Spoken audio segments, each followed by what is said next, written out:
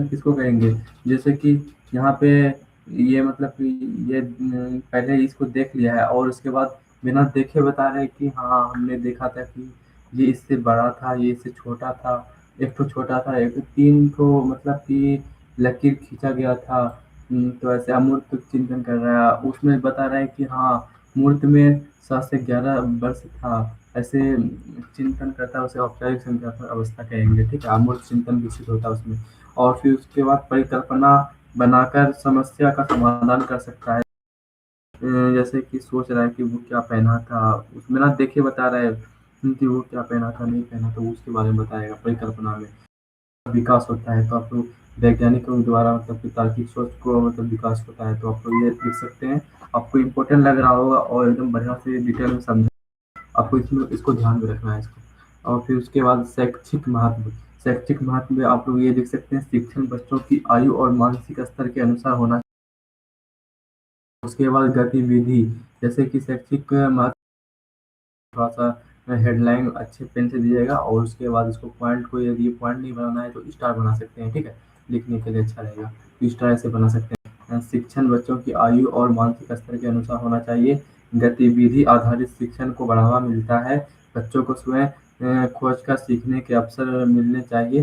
फिर शिक्षक मार्गदर्शक की भूमिका निभाता है। ये थोड़ा शॉर्ट में मैंने बता दिया और आपको वहाँ पे लिखना है, 10 नंबर में भी आएगा या फिर 5 नंबर में आएगा, उसको आप लोग देख लीजिएगा और समझाने के लिए बस इतना काफ़ी है। और उसके बाद निष्कर्ष लिखना है, ठीक है? पियाजे का संज्ञानात्मक विकास सिद्धांत बताता है कि बच्चे का मानसिक विकास क्रमिक चरणों में होता है, इसलिए शिक्षा देते समय उसकी आयु, रुचि और विकास स्तर का ध्यान रखना आवश्यक है। उसके बाद आप लोग परीक्षा के लिए डायग्राम बना सकते हैं बढ़िया से पियाजे का। जैसे यहाँ पे लिखना है कि पियाजे का संज्ञानात्मक विकास सिद्धांत, ये लिखना है। उसके बाद यहाँ पे नीचे में ये करना है ऐसे। उसके बाद संवेद, जैसे कि मैंने ऊपर में बताया कि ये वाला, ये कहाँ है, संवेदी गतिशील जो 0 से 2 वर्ष को रखना है, उसी के हिसाब से यहाँ पे बनाना है। पूर्व संख्यात्मक, मूर्त संख्यात्मक, औपचारिक संख्यात्मक, जो जो मैंने बताया वो सब लिखना है। उसके बाद नीचे में यहाँ पे ऐसे ये करके इसको तार्किक एवं अमूर्त चिंतन लिखना है। और उसके बाद ये हो गया पूरा कंप्लीट। ये हमारा फर्स्ट क्वेश्चन हो गया। ये किसका था? ये जीन पियाजे का, हमारा ये मनोवैज्ञानिक जीन पियाजे, जो कि मैंने बताया कौन क्वेश्चन था कि संज्ञानात्मक विकास सिद्धांत का व्याख्या कीजिए। आपको नैतिक वाला आएगा तो आप लोग उसको ध्यान में रखिएगा। मैंने क्वेश्चन बता दिया कि नैतिक वाला आ सकता है, जैसे पियाजे के नैतिक विकास सिद्धांत का व्याख्या कीजिए। वो मैंने क्वेश्चन नहीं बनाया, बस संज्ञानात्मक वाला बनाया था और नेक्स्ट डे बना सकते हैं। तो आप लोग उसको थोड़ा देख लेना।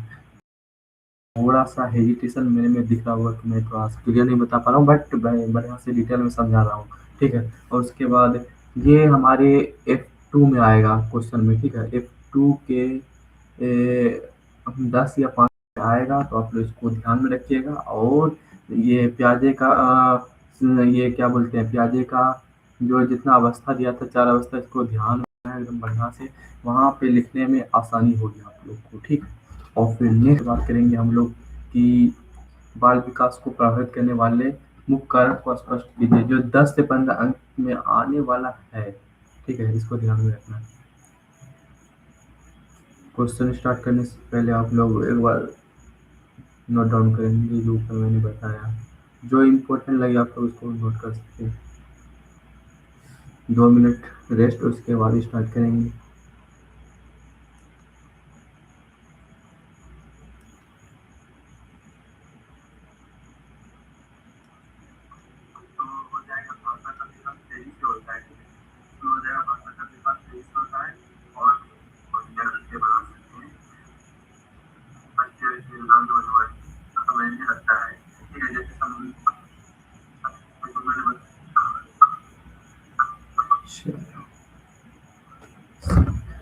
स्टार्ट करते हैं। सेकंड नंबर क्वेश्चन, जो हमारा बाल विकास को प्रभावित करने वाले मुख्य कारक को स्पष्ट करना है, तो प्रस्तावना लिखना है। बाल विकास एक सतत एवं कार्मिक प्रक्रिया है। बाल विकास एक सतत एवं कार्मिक प्रक्रिया है जो गर्भावस्था से शुरू होकर सामाजिक, संवेगात्मक और तथा नैतिक विकास अनेक कारकों को से प्रभावित इन कारकों का सकारात्मक या नकारात्मक प्रभाव बालक के व्यक्तित्व और भविष्य को निर्धारित करता है। जैसे कि बाल विकास एक सतत प्रक्रिया है और ये गर्भावस्था से शुरू होकर वयस्क तक चलती है। ठीक है, बालक का शारीरिक, मानसिक, सामाजिक, संवेगात्मक तथा नैतिक विकास अन्य कारकों से प्रभावित होता है। जैसे कि समाज में रह रहा है उसके बारे में उसे प्रभावित होगा, फिर उसके बाद शारीरिक हो जाएगा खेल कूद के माध्यम से, मानसिक उसका मतलब कि सामाजिक तरीके से जो भी उसके मतलब कि समाज में वो देखता है उसके हिसाब से मानसिक हो जाएगा, संवेगात्मक हो जाएगा। विकास अन्य कारकों से प्रभावित होता है। इन कारकों का सकारात्मक या नकारात्मक प्रभाव बालकों के व्यक्तित्व और भविष्य को निर्धारित करता है। उसका मतलब माहौल कैसा है उस पर निर्भर करता है कि उसका भविष्य कैसा होगा। तो बढ़िया माहौल लेना चाहिए। और फिर नेक्स्ट बात करेंगे कि मुख्य कारक, प्रभावित करने वाले मुख्य कारक जो आपको ये नोट डाउन करना है। और ऊपर में जो मैंने बताया कि छोटा सा प्रस्तावना से काम नहीं चलेगा, मैंने तो ऐसे डिटेल में समझाने के लिए आपको लिखने दे दिया हूँ और इसको आप लोग यहाँ से लेके यहाँ तक लिख सकते हैं, जैसे कि जितना पॉइंट बन जाए। ठीक है, उसके बाद हम लोग बात करेंगे कि बाल विकास को प्रभावित करने वाले मुख्य कारक हैं। तो वंशानुक्रम, वंशानुक्रम से बालक को माता पिता से शारीरिक एवं मानसिक गुण प्राप्त होता है। मतलब इसी से मतलब कि उसके माता पिता से मतलब कि उसका गुण प्राप्त होता है कि कैसा होने वाला है, रंग, कद, बुद्धि, शारीरिक बनावट आदि। ये सब वंशानुक्रम इसके माता पिता से ही प्राप्त होता है या फिर उसके परिवार से प्राप्त होता है। ठीक है, ये हो जाएगा। और फिर वातावरण, वातावरण बालक जिस वातावरण में रहता है उसका विकास उसी के अनुसार होता है। वातावरण जो मैंने ऊपर में बताया समाज के द्वारा, तो परिवार, विद्यालय, समाज, मित्र वातावरण के मुख्य अंग है। तो आप लोग इसको एकदम बढ़िया से नोट डाउन कीजिएगा। वातावरण जैसे कि वंशानुक्रम लिखना है, वातावरण लिखना है, फिर परिवार लिखना है, उसके बाद परिवार, फैमिली। परिवार बालक की प्रथम पाठशाला है, परिवार बालक की प्रथम पाठशाला है। परिवार से भाषा, संस्कार, अनुशासन, प्रेम, सहयोग एवं नैतिक मूल्य का विकास होता है। परिवार से ही परिवार बालक की प्रथम पाठशाला है। परिवार से भाषा, संस्कार, अनुशासन, प्रेम, सहयोग एवं नैतिक मूल्य का विकास होता है। ठीक है, उसके बाद लिखना है पोषण एवं स्वास्थ्य। स्वास्थ्य तो संतुलित भोजन एवं अच्छा स्वास्थ्य शारीरिक तथा मानसिक विकास के लिए आवश्यक है। ठीक है, कुपोषण से विकास प्रभावित होता है। फिर उसके बाद ये 4 पॉइंट लिखना है। इसका ये हो जाएगा नेचुरल, नेचुरल एंड हेल्थ, पोषण एवं स्वास्थ्य। ठीक है, तो आपको ये लिखना है। उसके बाद शिक्षा, एजुकेशन। शिक्षा बालक के ज्ञान, बुद्धि, कौशल तथा व्यक्तित्व का विकास करती है और फिर अच्छी शिक्षा से आत्मविश्वास एवं तार्किक सोच विकसित करती है। आपको लग रहा हो कि 2-2 पॉइंट बता रहे हैं, तो आप लोग को 2-2 पॉइंट नहीं बता रहे हैं, 2-2 पॉइंट से ज़्यादा लिखने के लिए बता रहे हैं। ठीक, आप लोग इसको ध्यान में रखिएगा। जैसे यहाँ पे 5वां पॉइंट यदि 10 नंबर में ये पूछ लिया क्वेश्चन, तो आप लोग को कैसे लिखना है आपको बता रहा हूँ कि प्रस्तावना पहले स्टार्टिंग में करना है, उसके बाद ये बाल विकास के बारे में सतत प्रक्रिया है, 3-4 लाइन इसको लिखना है एकदम बढ़िया से यहाँ तक। बस आप लोग को इतना याद रखना है, उसके हिसाब से यहाँ पे 5-6 लाइन पूरा देना प्रस्तावना में। उसके बाद बाल विकास को प्रभावित करने वाले मुख्य कारक लिखना है, जैसे कि वंशानुक्रम हो जाएगा, फिर हेरिडिटी। ठीक है, इसका वातावरण हो जाएगा, एनवायरमेंट हो जाएगा, परिवार, फैमिली, पोषण, स्वास्थ्य, नेचर हेल्थ एंड हेल्थ हो जाएगा। इसका हो जाएगा नेचुरेशन, है ना, नेचुरेशन एंड हेल्थ। तो उसके बाद शिक्षा, एजुकेशन हो जाएगा, बुद्धि हो जाएगा, फिर सामाजिक और सांस्कृतिक वातावरण लिखना है। और फिर 6 पॉइंट जो मैंने बताया कि बुद्धि, तो बुद्धि बालक नई बातें शीघ्र सीखता है बुद्धिमान से।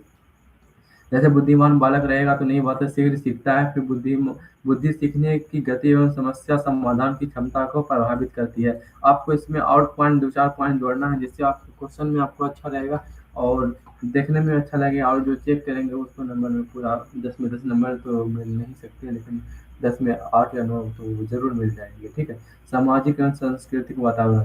समाज की परंपराएं, रीति रिवाज, संस्कृति एवं भाषा बालक के व्यवहार को प्रभावित करती है। फिर सामाजिक वातावरण से सामाजिक गुण का विकास होता है। आपको इसको ध्यान में रखना है। बस इतना बताने के लिए आपने पॉइंट अपने मन में ध्यान में रखना है कि समाज की परंपराएं और रीति रिवाज, संस्कृति एवं भाषा बालक के व्यवहार को प्रभावित करती है। और आप लिख सकते हैं कि समाज की परंपराएं व्यवहार को प्रभावित करती है, जो समाज में रहते हुए उनको मिलती है, ठीक है? तो वो लिखना है, आपने मन से बना के लिखना है, कैसे लिखना है वो तो आप ही जानेंगे। और फिर 8 नंबर में आर्थिक स्थिति हो जाएगा, इकोनॉमिक स्टेटस। तो वह परिवार की आर्थिक स्थिति के अनुसार शिक्षा, भोजन, स्वास्थ्य एवं अन्य सुविधाएँ उपलब्ध कराती है। फिर अच्छी आर्थिक स्थिति विकास में सहायता होती है। तो आप इसके भी पॉइंट बना सकते हैं एकदम बढ़िया से, मैं तो समझा सकता हूँ बस, लिखना तो आप ही को पड़ेगा।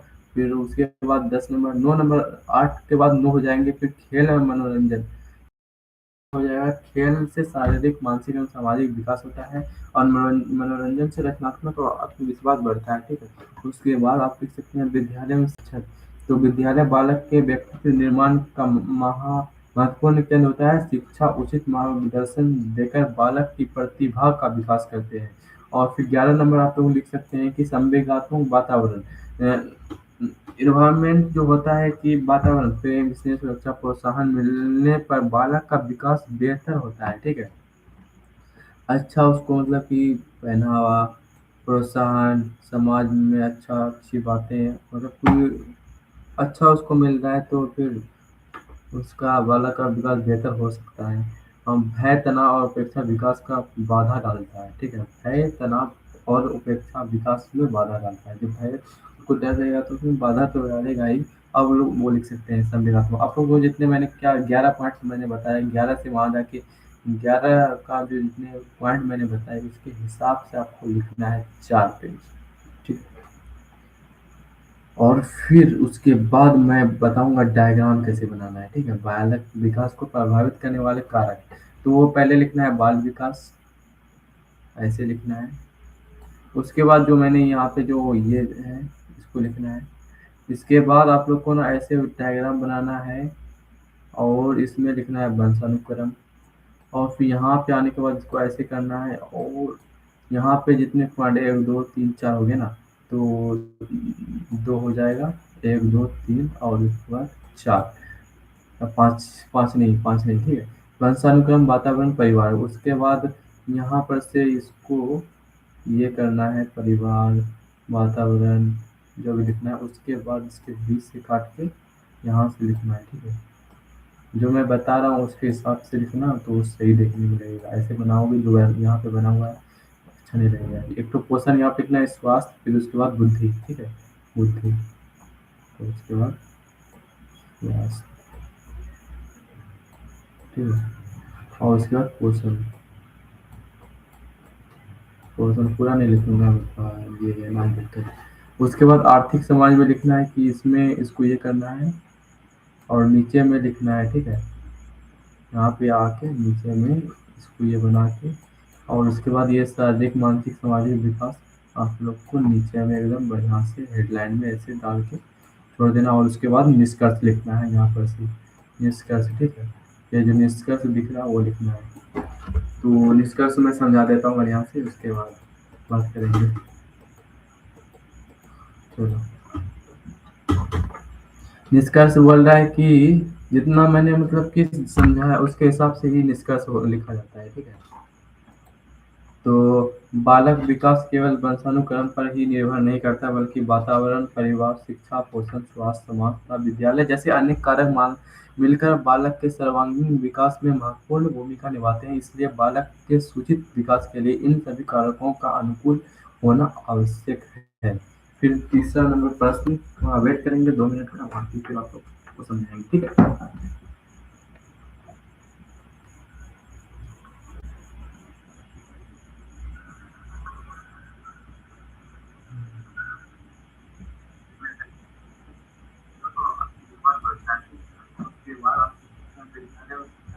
तो विद्यालय बालक के व्यक्तित्व निर्माण का महत्वपूर्ण विषय होता है। शिक्षा उचित मार्गदर्शन देकर बालक की प्रतिभा का विकास करते हैं। और फिर 11 नंबर आप लोग लिख सकते हैं कि संवेगात्मक वातावरण।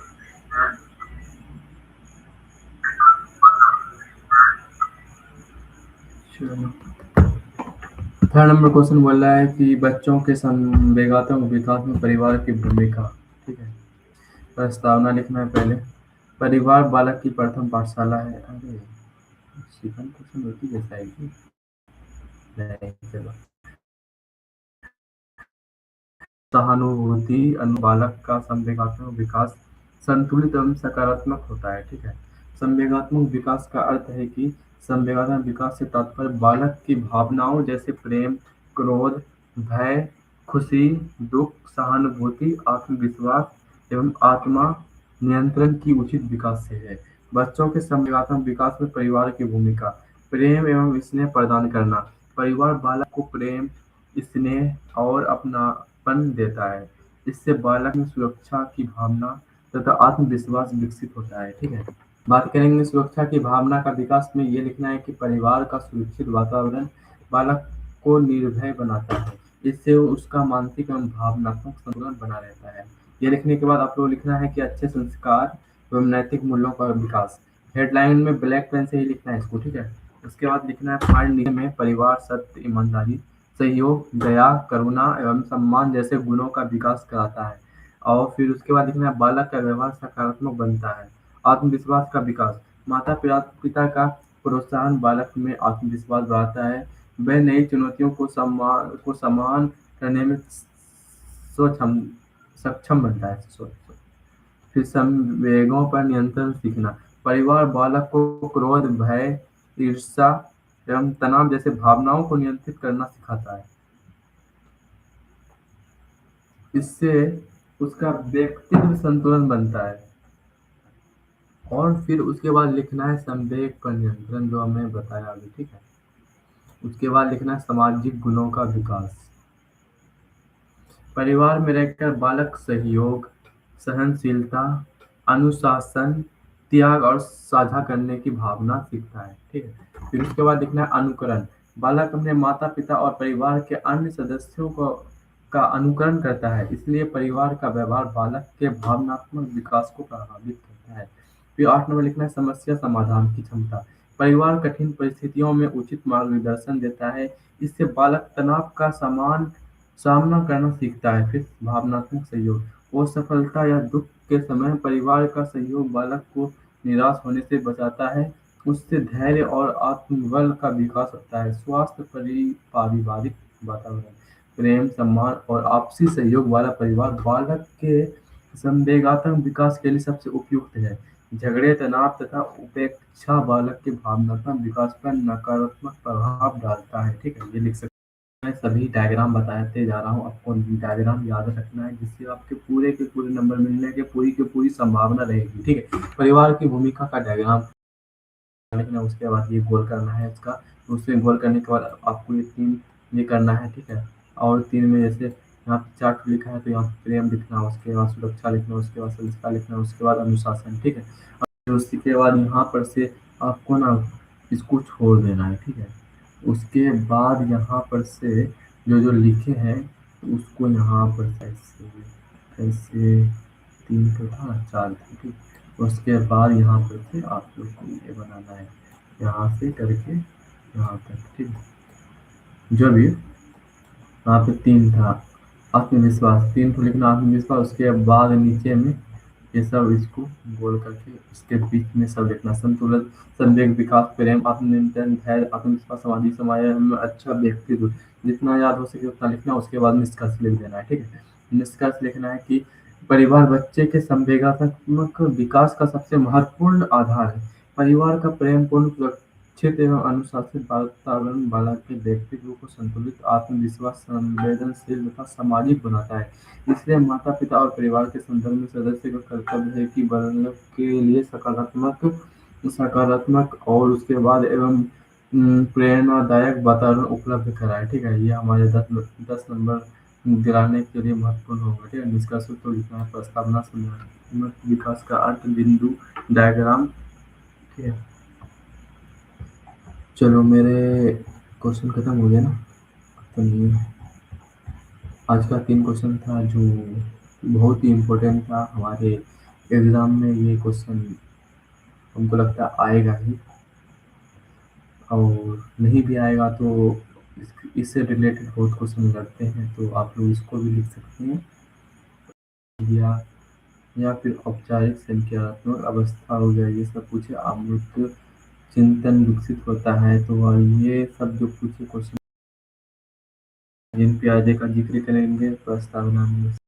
इसका अर्थ बताना है, सोचने समझने प्रयोग करने समस्या का समाधान करना या करने की क्षमता के विकास को ही हम संज्ञानात्मक विकास का अर्थ कहेंगे। और उसका जिन प्याजे का विकास सिद्धांत चार प्याजे के संज्ञानात्मक विकास सिद्धांत 4 दिया था। जो पहला हो जाएगा संवेदी गतिशील अवस्था। उसमें बच्चा क्रिया और क्रियाओं द्वारा सीखता है और फिर इंद्रिय और का थोड़ा व्याख्या कर देना है। उसके बाद वस्तु स्थायित्व लिखना है और उसके बाद लिखना है कि मूर्त हो जाएगा पूर्व संज्ञानात्मक अवस्था। मूर्त संज्ञानात्मक अवस्था उसका भी डिटेल लिखना है। हो सके तो डायग्राम बना देना मूर्त अवस्था में। और फिर उसके बाद हो जाएगा औपचारिक संज्ञानात्मक अवस्था। अमूर्त में डायग्राम बना सकते हो और फिर नहीं बना सकते हो। डायग्राम बनाने के लिए आप रहता है वो लिखना है तो वो बना सकते हो यदि नंबर चाहते हो तब। चलो इतना ही समझाना था, मैंने समझा दिया आपको। उम्मीद करता हूँ समझ में आ गया होगा। यदि ये क्वेश्चन का ये डिटेल पूरा क्वेश्चन चाहिए तो आप कमेंट कीजिएगा, अन्यथा आपको ये क्वेश्चन नहीं मिलेगा। मैं जो बोलता हूँ डायरेक्ट बोलता हूँ। बाकी अभी तो छोटे चैनल है इसलिए मैं सोचा नहीं हूँ कि इसको पीडीएफ बनाऊँ, कहाँ दूँ नहीं दूँ, इसलिए नहीं दे रहा हूँ। ठीक है, तो ऐसा मत समझो कि मैं नहीं देना चाहता, मैं दे सकता हूँ बट अभी बहुत ही कम है तो अभी मैं नहीं कर पाऊँगा। आज के वीडियो में बस इतना ही, फिर मिलते हैं नेक्स्ट वीडियो में। उम्मीद करता हूँ बहुत ही अच्छा वीडियो, आज का शानदार वीडियो रहा होगा। कल से बेटर आज वीडियो होगा और बाकी इससे बेटर कल करने का सोचेंगे। ठीक है, आज की वीडियो में बस इतना ही, फिर मिलते हैं नेक्स्ट वीडियो में। चलो।